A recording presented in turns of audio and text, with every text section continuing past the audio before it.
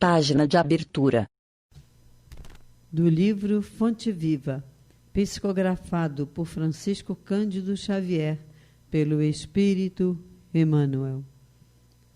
Título da mensagem: Corações cevados.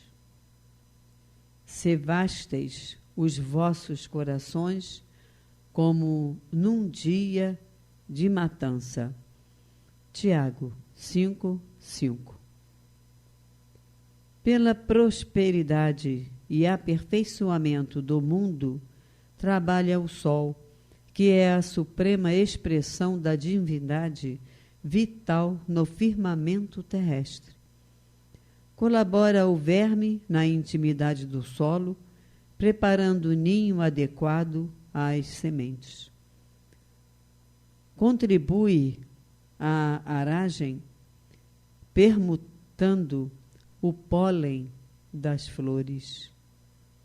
Esforça-se a água incessantemente, entretendo a vida física e purificando-a.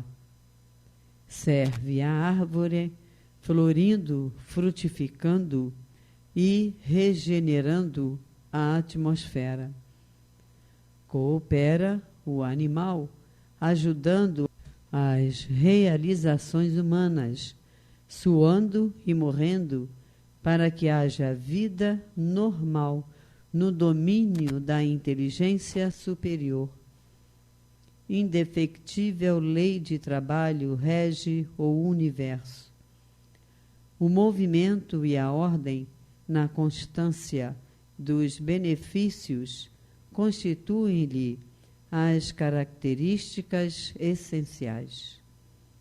Há, porém, milhões de pessoas que se sentem exoneradas da glória de servir. Para semelhantes criaturas, em cujo cérebro a razão dorme embotada e vazia, trabalho significa degredo e humilhação, inferno e sofrimento.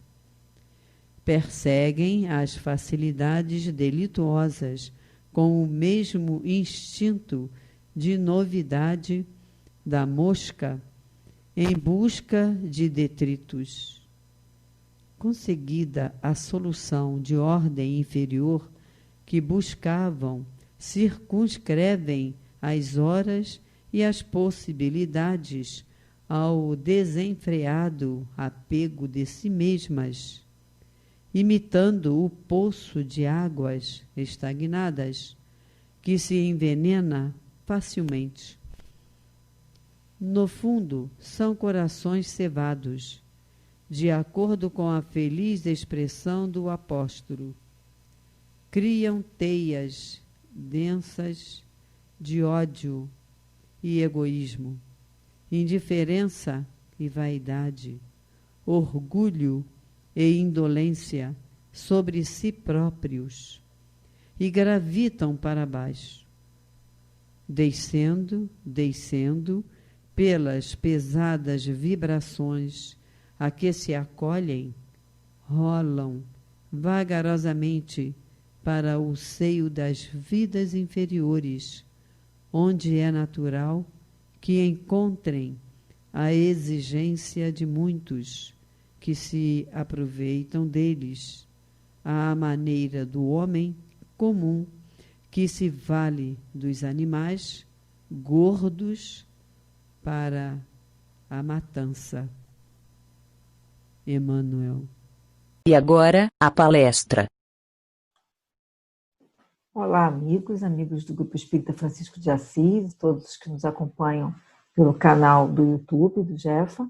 Hoje são 25 de novembro, e nós vamos dar continuidade ao estudo do Livro dos Médiuns, como fazemos todas as quartas-feiras. Nós hoje vamos iniciar a segunda parte do Livro dos Médiuns, chamada das Manifestações Físicas, e o primeiro capítulo, que se chama da Ação dos Espíritos sobre a Matéria. Nesse primeiro capítulo, a gente vai comentar os itens 52 até os 55. Nós vimos já nos estudos anteriores, na primeira parte do Livro dos Médiuns, que se chama Noções Preliminares, né? Kardec discorreu bastante sobre a existência da alma. Falou sobre o fato de os materialistas não acreditarem na existência da alma, ou seja, que não há nada além da morte do corpo físico. E falou também que os espiritualistas e os espíritas entendem e acreditam na existência da alma, ou seja, que há uma continuidade da vida após a morte do corpo, já que nós somos espíritos imortais, ou seja, nós não morremos junto com o nosso corpo físico, né? Nesse primeiro capítulo, então, da segunda parte do livro dos Médiuns, esse entendimento da existência da alma é muito importante, e por isso ele foi preliminar, né? Para poder a gente entender como essa alma, esse espírito pode se manifestar, pode estabelecer comunicação com nós, ainda espíritos encarnados. E essa comunicação, num primeiro momento, a gente pode perguntar, à medida que nós entendemos que a alma, esse ser inteligente que habita em nós e que sobrevive após a morte do corpo físico, né? Esse ser inteligente, independente, individualizado, por que ele não poderia se comunicar? Qual é o entendimento? Apesar de ele ser invisível para nós, estar numa dimensão diferente da nossa, mas por que ele não poderia se comunicar conosco? Se convive conosco, se está no mesmo ambiente que a gente. Ele está numa outra dimensão pelo fato de não possuir um corpo físico, mas ele ainda assim pode se comunicar. Essa é a grande questão, né? Como isso acontece? E essa comunicação entre encarnados e desencarnados, isso é bastante antigo na humanidade, né? Isso é presente em culturas, em povos, em livros sagrados, e permanece durante tanto tempo. Então, essa comunicação ela se estabelece. O que Kardec pretende, no livro dos Médiuns, é estabelecer o como, é fazer o estudo da ciência espírita, né? De como essa comunicação se forma, de uma forma compreensível, de uma forma racional, de uma forma lógica. Algumas dúvidas que se levantam, né, pela forma da possibilidade dessa comunicação, é às vezes o desconhecimento e a ignorância mesmo de o que é o espírito, né? Se o espírito a gente considera algo não relacionado à matéria, como ele pode intervir na matéria? Como algo espiritual pode intervir no mundo material? Qual é a forma de comunicação? Como isso se dá? À medida em que você entende o que é o espírito e à medida em que você entende a forma como a comunicação se estabelece, as relações e as influências do mundo espiritual, dos espíritos entre nós encarnados, sai do campo do sobrenatural, sai do campo do maravilhoso e se estabelece dentro das leis naturais, se estabelece dentro das formas naturais de comunicação e não dentro considerado um fato maravilhoso, um fato sobrenatural. Então, às vezes as pessoas têm uma ideia de que o espírito é um ser sem definição, é um ser vaporoso, é um ser que não tem uma forma estabelecida, quando na verdade é exatamente o oposto, né? O espírito ele é um ser definido, ele é um ser limitado e ele é um ser circunscrito. Ora, mas ele não é um espírito? Se ele não é um espírito, ele não é matéria. Então, como explicar essa relação, né? Vamos voltar um pouquinho sair um pouquinho do livro dos Médiuns, voltar ao livro dos Espíritos, na questão 27, onde há a definição dos 3 grandes elementos do universo, né? As 3 grandes, o que constitui o universo inteiro, né? As 3 grandes fontes. Então, nós temos Deus, que é o criador de tudo, e nós temos 2 elementos criadores, criados por Deus, né? O elemento inteligente e o elemento inteligente espiritual e o elemento material. Então, em tudo ao nosso redor, ou é espírito ou é matéria. Então, o espírito, ele se relaciona com a matéria de alguma forma, porque ele não é matéria. Mas vamos entender como se dá essa relação.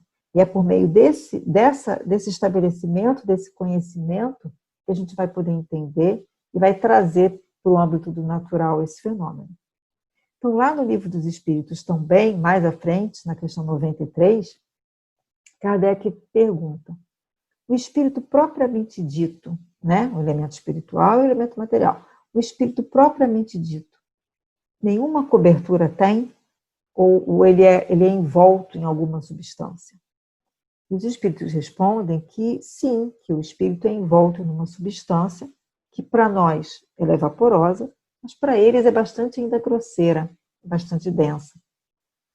E no homem, há também esse envoltório? Há também essa proteção, digamos assim, do espírito, essa cobertura do espírito? Há no homem outra coisa? Essa é a pergunta de Kardec, a 135. Há no homem alguma outra coisa além do espírito, né, da alma e do corpo? E os espíritos da codificação respondem que sim, que há o laço que liga a matéria, corpo físico denso, até a alma. E de que natureza é esse laço?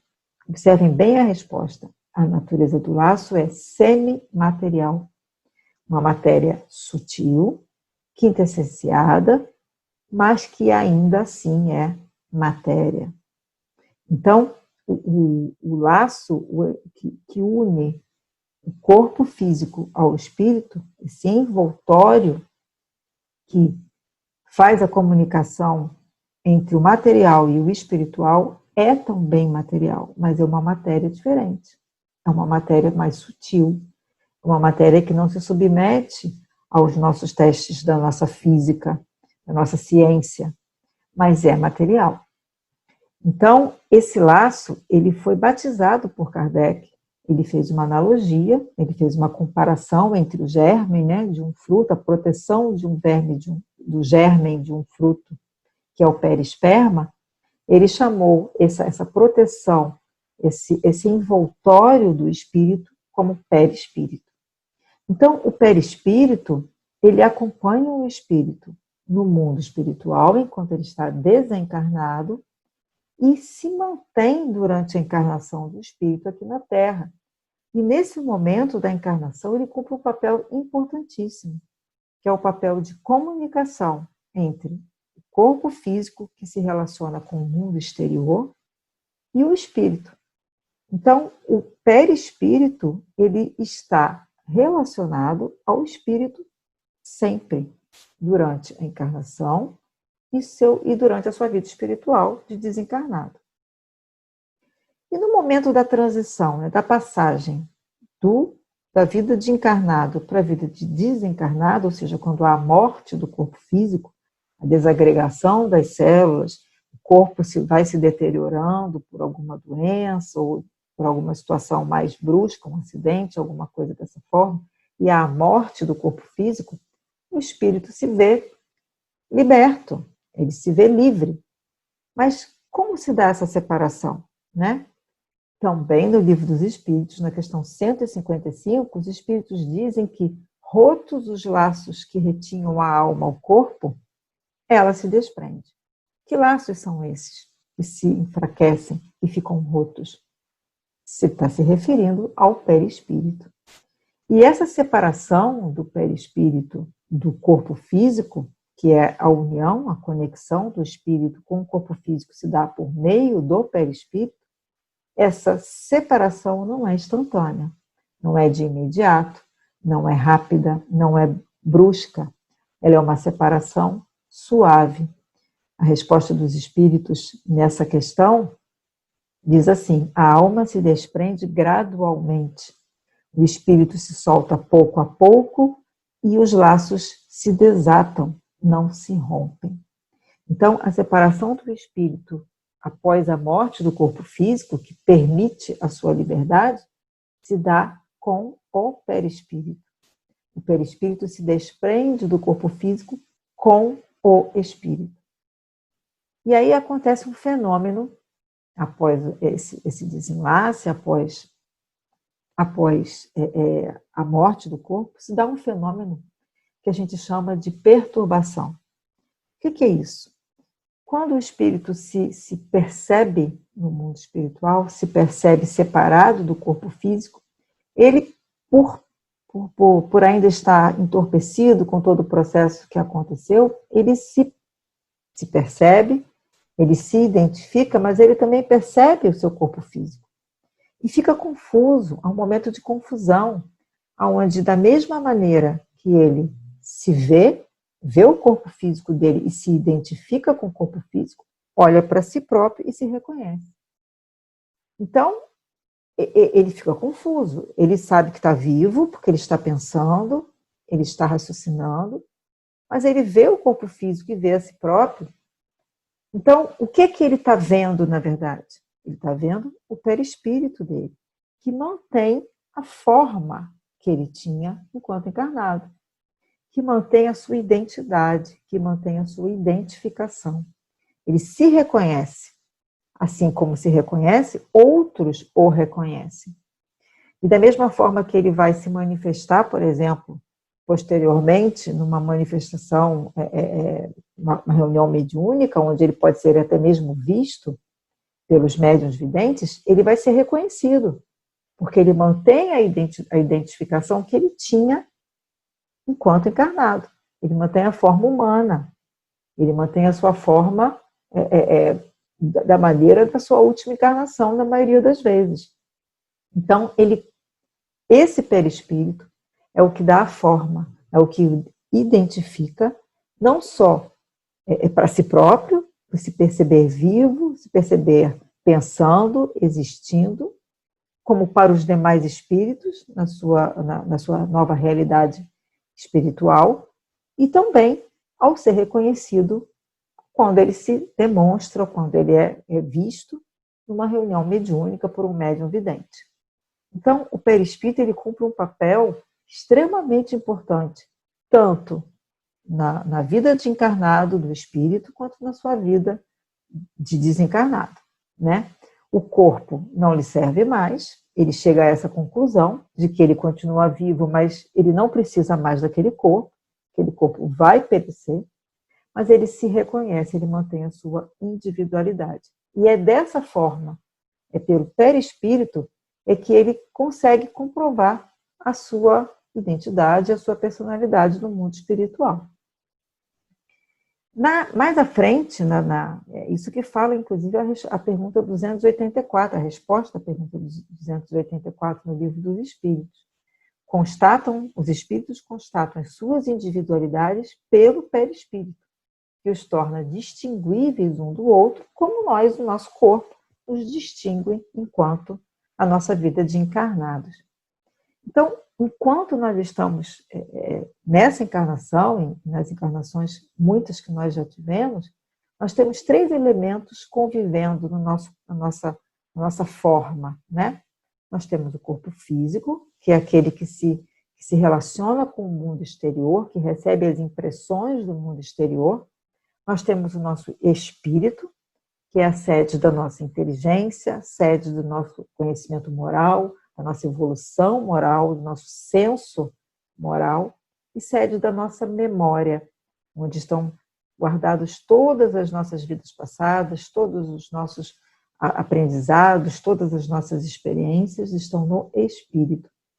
E um terceiro elemento, que é justamente a comunicação, o traço de união entre o corpo físico e o espírito, que é o perispírito, que exerce esse papel de comunicação, entre outros. Mas agora, o que interessa o nosso estudo nesses itens do Livro dos Médiuns, a gente vai se limitar a considerar o perispírito um elemento de comunicação entre o corpo físico e o espírito.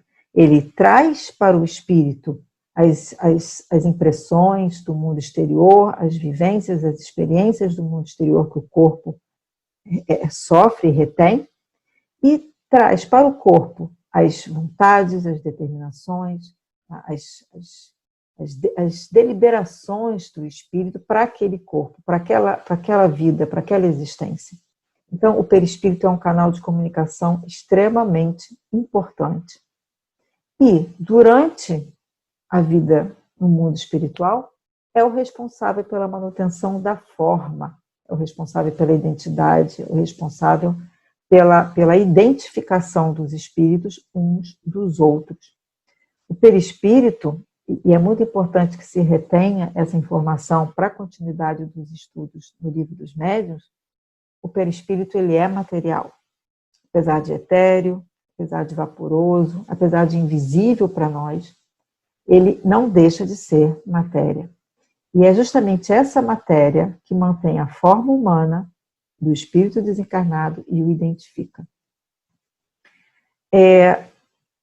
E uma coisa importante que a gente tem que também deixar bem claro, que espírito e perispírito, eles estão sempre juntos, né? Mesmo que o espírito evolua, mesmo que o espírito se torne um espírito puro, a informação que a gente tem da codificação é que a gente não consegue entender, a gente não consegue perceber um espírito sem o perispírito. Ele está sempre envolto na sua forma, dada por esse elemento material. E à medida que o espírito evolui, e todos nós evoluiremos, todos nós atingiremos a perfeição, o perispírito também evolui, também se eteriza, também se torna mais suave, mais sutil, mas sempre acompanhando e dando a forma do espírito. No finalzinho já do nosso estudo, o item 55, Kardec pergunta, mas afinal, e o que é o espírito então? Né? Nós vimos que a forma do espírito é dada pelo perispírito, né? No mundo espiritual. E esse perispírito é o elemento de comunicação do espírito com o corpo físico, enquanto o espírito encarnado. Mas o que é o espírito em si? Nós não temos esse entendimento. Nós não temos essa compreensão por completo. Nesse item 55, vem dizendo que se diz que o espírito é uma chama, é uma centelha, né? É o que nós podemos entender. É algo que nós não conhecemos a sua forma, nós não conhecemos a sua constituição. Nós entendemos espírito sempre relacionado ao seu perispírito. A ideia de um não se separa da ideia do outro. O perispírito acompanha o espírito em toda a sua vida, desde a sua criação e para a eternidade, já que nós somos espíritos imortais. Em qualquer grau, então, de evolução que o espírito se encontre, ele vai estar com o seu perispírito. Esse era o tema que nós tínhamos que iniciar, na verdade. Nós fizemos um breve comentário sobre esse início desse capítulo, sobre esse início da segunda parte do Livro dos Médiuns, mas é bastante importante a gente reter esses conhecimentos, esse entendimento de que o elemento que permite ao espírito se manifestar junto à matéria, seja ele encarnado, se relacionando com o corpo físico, seja ele desencarnado, se relacionando com as manifestações visíveis, a comunicação, a psicografia, a psicofonia, a forma como o espírito faz os fenômenos físicos, é sempre por meio desse elemento, que é um elemento material, apesar de uma matéria diferenciada do que a gente conhece, uma matéria menos densa, bastante menos densa, mas é esse elemento o responsável pela possibilidade da atuação dos espíritos na matéria. Então eu vou fazer um convite a vocês que continuem acompanhando o estudo do Livro dos Médiuns, o estudo sequenciado, né, dos capítulos, para a gente entender melhor e continuar compreendendo essa atuação que faz com que os fenômenos mediúnicos saiam do campo do sobrenatural e se estabeleçam nas ordens das leis naturais. Muita paz a todos.